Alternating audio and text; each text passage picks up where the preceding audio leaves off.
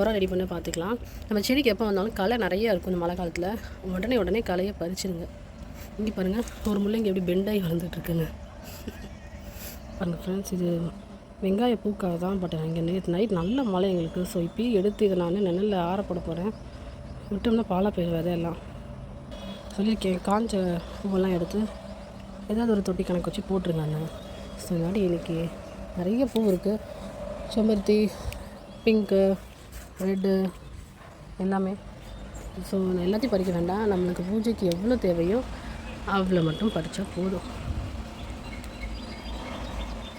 செம்பருத்தி கொஞ்சம் இந்த பிங்க் நிறைய எடுத்துக்கோங்க. ஏன்னா அது நைட்டு வாடுறதுக்கு ரொம்ப டைம் எடுத்து தான் வாடும்.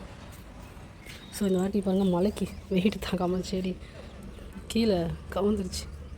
நாட்டுப்பூ ரோஜா ஒன்று பூத்துருக்கு, நம்ம எடுத்துக்கலாம். அப்புறம் எனக்கு இன்னும் ஒரு 3 பூ வந்தால் போதும் என்னுடைய பூஜைக்கு. இது பாருங்க, ஃபுல் ஆயிடுச்சு. இந்த வாட்டி இந்த ரோஸ் வேண்டாம், இருக்கட்டும், அழகாக இருக்குது, அந்த வாட்டுக்கு இருக்கட்டும். இங்கே ஒன்று பெருசாக ஒருத்தர் கொடுத்துருக்காங்க, அதை எடுத்துக்கலாம். ஃபுல்லு ஒரு ரெட் இருக்குது, இதையும் எடுத்துக்கலாம்.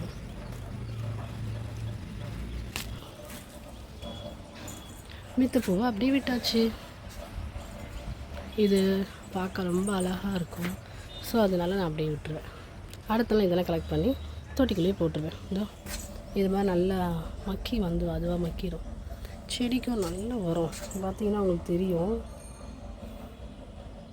பாருங்கள், நல்லா தளர் விட்டுக்கிட்டு நல்லா வரும்.